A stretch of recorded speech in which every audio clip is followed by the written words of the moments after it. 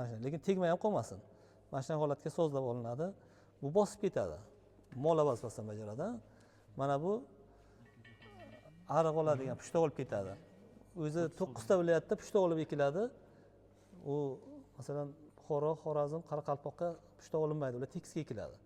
Ular nemetskiy nimani ishlatsa ham bo'ladi. Faqat O'zbekiston uchun chiqarilgan bu. Xo'sh, pushta olib ketadi mana bu. Pushta oladiganini mana bu yerda tayoq qo'ygan, mana bundan sozlaydi o'zi.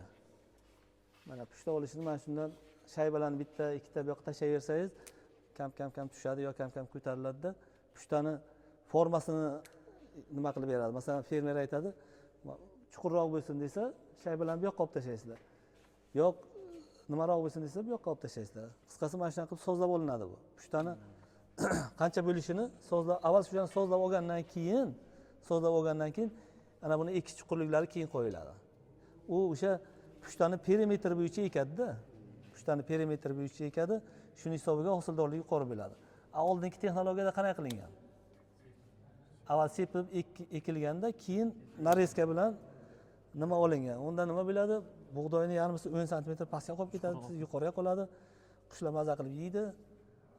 U 50% urug' chiqmaydi. Bu ko'milmay qoladigan holat yo'qda shuni? Yo'q, bu yerda ko'milmay 90%, 99% urug' garantiya chiqadi. Shuning uchun ham masalan 250 kilo ekiladigan yerga 170-180 kilo eksangiz ham o'sha 80-100 sentini hosil olyapti shunaqa qilib. U bunga ko'p ekish kerak emas. Ko'p eksa nabaroq zarar bo'ladi. Ko'p bo'lib qolgandan keyin anaqa bermaydi. Effekt bermaydi, bo'shoq, kichkina bo'lib qoladi-da. Uni tushunasizlar-ku o'zlaringiz. Mana shunday narsa bu. Xo'sh, buni tushundingizlar, mana buni mana shu yerdan sozlab qo'yiladi. Keyin mana buni ekish chuqurligi sozlanadi.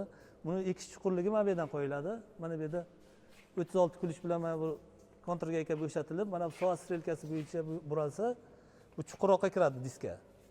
Agar soat strelkasi teskari burasa, bu sayozroq bo'ladi.